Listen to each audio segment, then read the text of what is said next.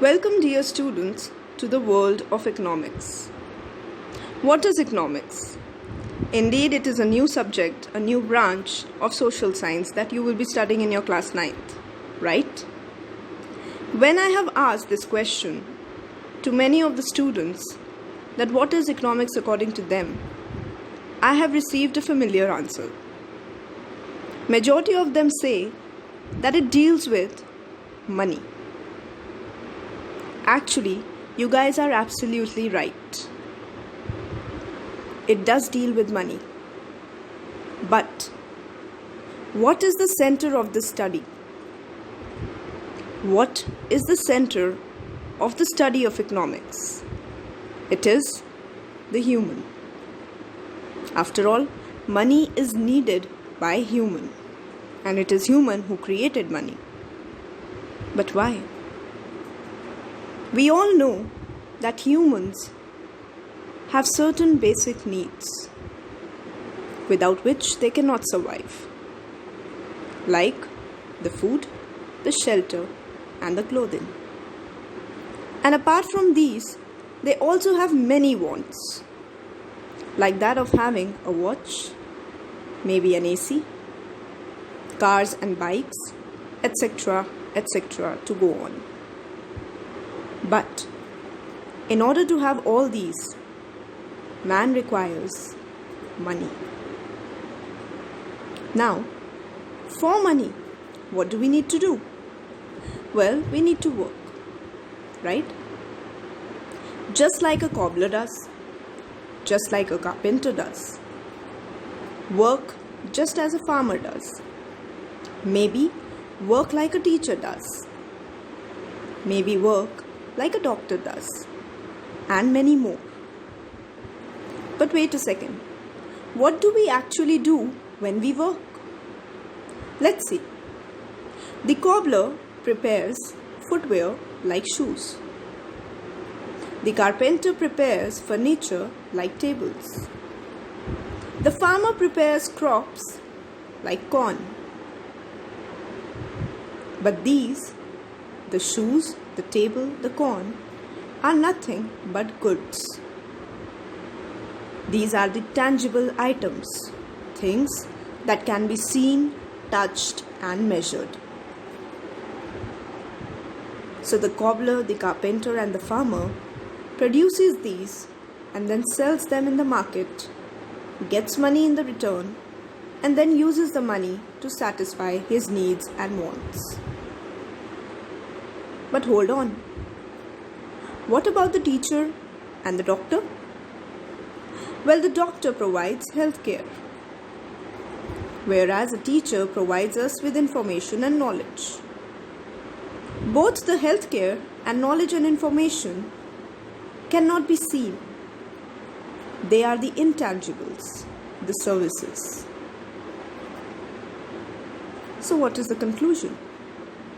The conclusion is that to meet our needs and wants, we need money. For money, we need to work. And when we work, we either produce a good or a service. So what becomes very important here? Well, it is the process of production. What is production? Production is the process of making something new out of already existing things. And these already existing things are called the factors of production in economics. The factors of production, that is the things that are used in the production process, have been divided into 4 categories. The first is called the land, which includes all the natural resources. The second is the labor, which is the people who do the work. The third is the physical capital, which includes all the inputs that are needed for producing a good. And last but not the least is human capital, which refers to the skill of bringing together the land, labor, physical capital and letting the production happen. Also make a note of the fact that physical capital has been further divided into 2 categories. There are a few inputs which get used up in the production process once and for all. For example, While making sugar, the sugar cane gets used up, loses its identity. Such things that get used up in the production process are called the working capital. On the other hand, there are certain inputs, certain things that do not lose their identity and can be used over the years. For example, the machine from which sugarcane was transformed into sugar. That machine can be used over the years. Hence, it is called the fixed capital. The things that can be used over the years become the fixed capital. So these are the four factors of production: land, labor, physical capital, which is of two types, working and fixed, and human capital.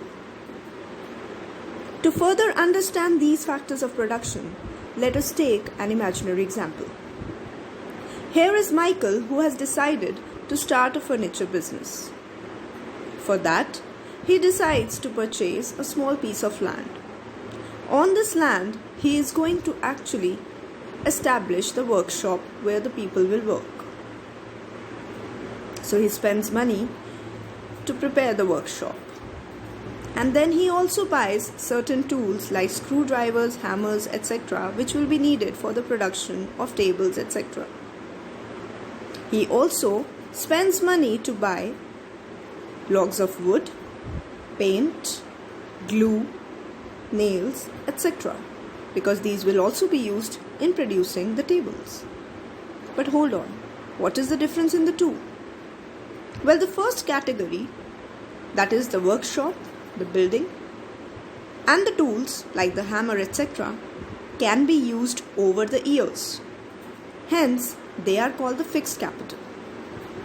Whereas the wood, the paint, the nail, the glue, once used in making a table, will not return to Michael, and hence they will be used up and are called the working capital.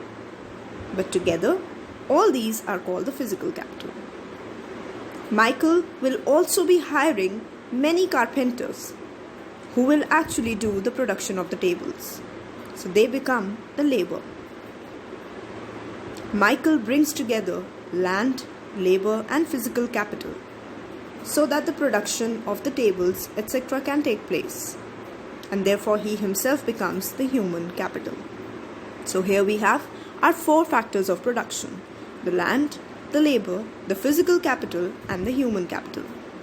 I hope this example made things easy to understand.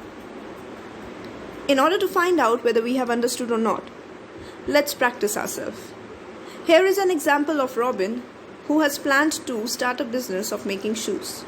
The various things that will be needed for making shoes are there on your screen.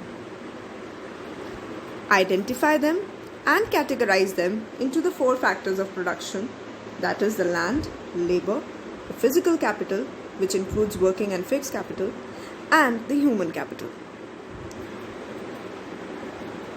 Lastly, economics is how people earn and spend. For people to earn, they should work, and when they work, they produce either goods or services. Hence, production becomes a major process in economics. Hope you understood. Thank you.